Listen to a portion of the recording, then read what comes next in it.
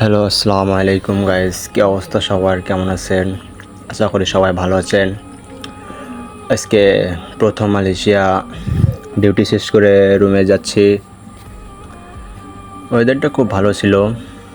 Cycle চালিয়ে বাসার দিকে যাচ্ছে একা একা। পরিবেশটা দেখেন, অনেকটাই কিন্তু সুন্দর।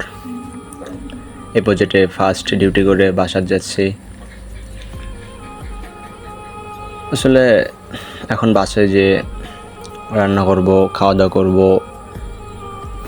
সব কিছু মিলায়ে প্রবাস জীবন, আলহামদুলিল্লাহ। যাই হোক, লাইফে ফার্স্ট টাইম ভিডিও করলাম প্রবাসে এসে। আশা করি সবাই সাপোর্ট করবেন।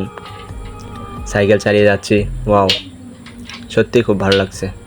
সবাই ভালো থাকবেন এবং দোয়া রাখবেন যাতে ভালোভাবে থাকতে পারি। আল্লাহ হাফেজ।